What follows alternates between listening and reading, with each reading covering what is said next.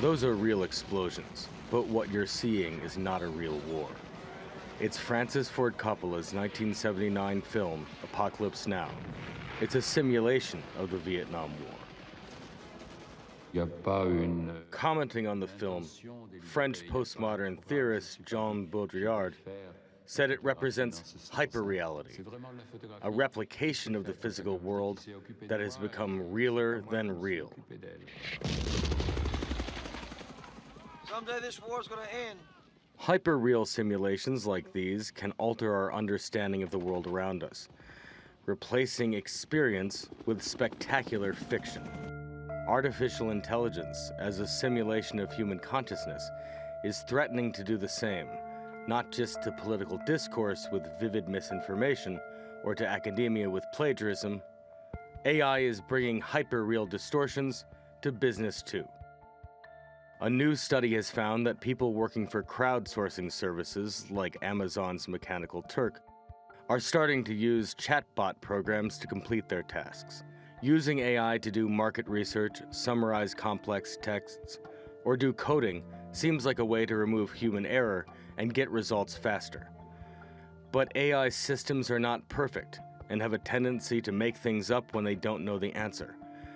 Just because they produce an answer faster than a human could doesn't mean it's right. There is a really, really big issue with ascribing human-like agency to AI.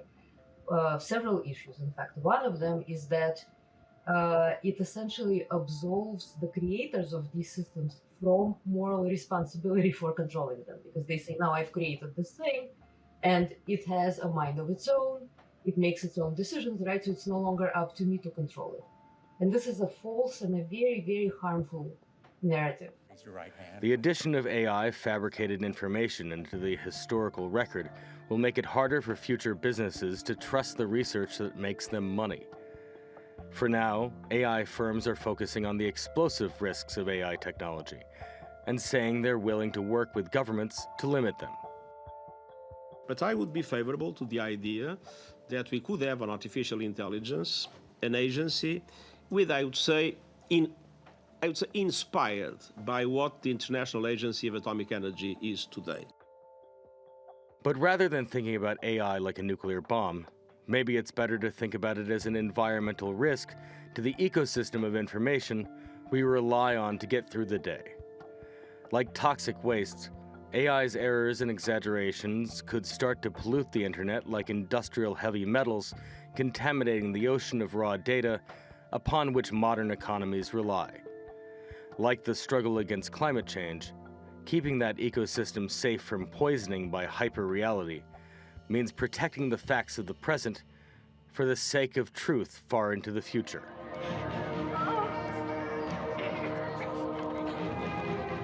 If we fail, the people of the future will never know if they can trust anything about the past.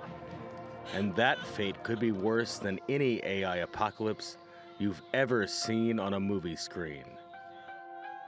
Wilson Dizard, TRT World.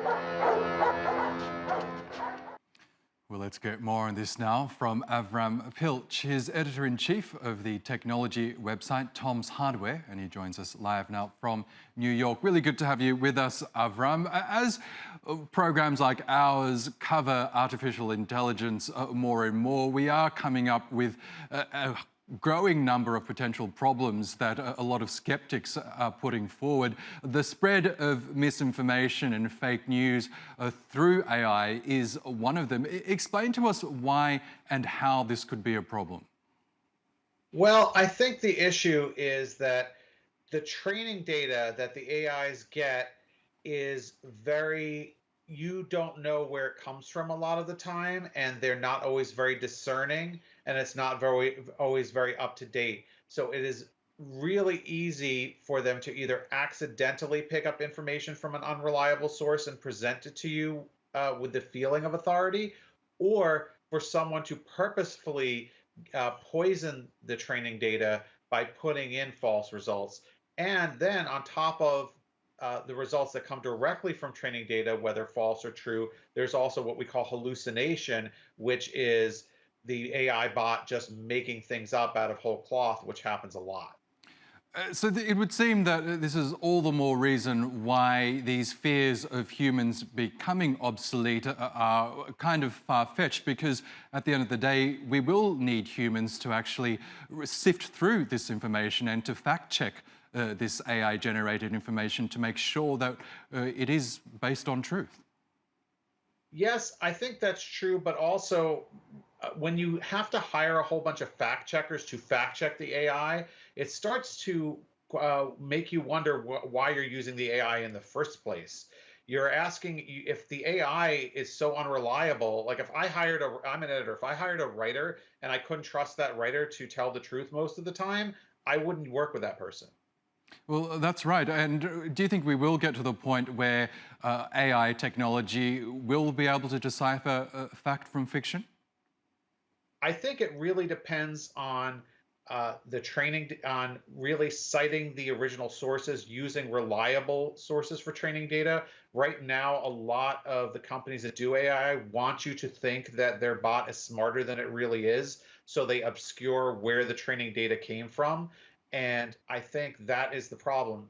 Bots can never be a primary source of information until they grow a body and can go out and do reporting or go out and do fact gathering on their own. They're really not going to be able to do anything without taking the work of humans. And so, if they're going to take the work of humans, they need to be extremely transparent about exactly where every fact they give you comes from.